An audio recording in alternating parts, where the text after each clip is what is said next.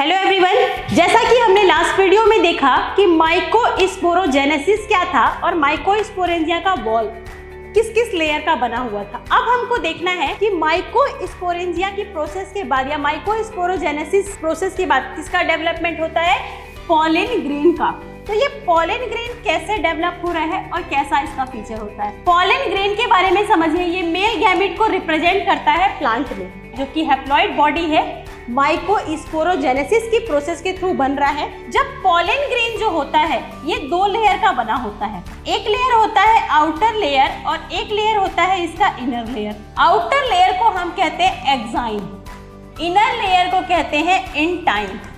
ये जो outer layer होता है ये बना होता है स्पोरोपोलेनिन का। स्पोरोपोलेनिन एक ऐसा रेजिस्टेंस मटेरियल है कि वो हाई टेम्परेचर और एल्कलाई या बेसिकली मैटर से भी डिग्रेड नहीं होता। तो ये एक ऐसा जगह होता है जहाँ पे ये स्पोरोपोलेनिन अब्सेंट होता है, इसे कहते हैं जर्म पोर। आप ही सोचिए, अगर पूरे पे स्पोरोपोलेनिन होता तो जर्मिनेशन कहाँ पे होता। तो एक बहुत ही थिन पॉइंट होता है जहाँ पे स्पोरोपोलेनिन अब्सेंट होता है, इसे कहते हैं जर्म पोर। यहाँ पे जो आपका स्पोरोपोलेनिन क्या होता है, अब्सेंट होता है। दूसरा इनर लेयर जो होता है ये बना होता है इंटाइन का। इंटाइन लेयर बना होता है आपका बेसिकली सेलुलोज और पैक्टिन। तो ये है आपका पोलन का स्ट्रक्चर। जनरली 25 से 50 माइक्रोमीटर साइज होता है आपका पोलन ग्रेन का डायमीटर में। अब हम यहाँ पे देखते हैं इसमें क्या होता है। बेसिकली हम जब पोलन की बात करें तो एक मैच्योर पोलन ग्रेन में दो स्टेज होते हैं। पहला है आपका यहाँ पे वेजिटेटिव सेल और नीचे होता है आपका जनरेटिव सेल। तो पोलन ग्रेन के बेसिकली दो सेल हुए आपका मैच्योर पोलन ग्रेन में, वेजिटेटिव सेल और जनरेटिव सेल। जो वेजिटेटिव सेल होता है इसका जो न्यूक्लियस होता है लार्ज न्यूक्लियस इर्रेगुलर साइज का होता है। इसका जो न्यूक्लियस होता है स्पिंडल साइज का होता है।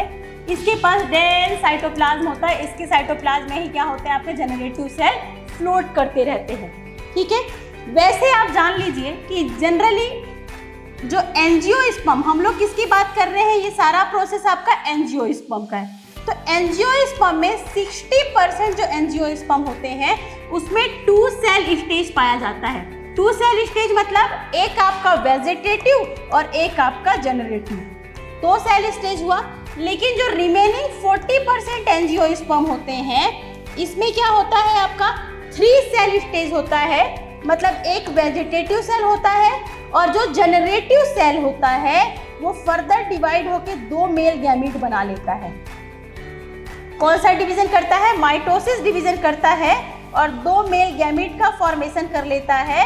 ये 2 मेल गैमीट बनने के बाद एक वेजिटेटिव सेल और 2 मेल गैमीट, तो यहाँ पे हो जाता है 3 सेल स्टेज।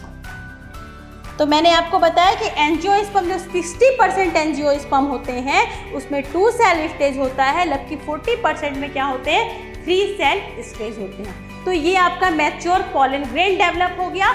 अब ये आपका रिप्रोडक्शन के लिए कंप्लीट रेडी रहता है। Okay, thank you.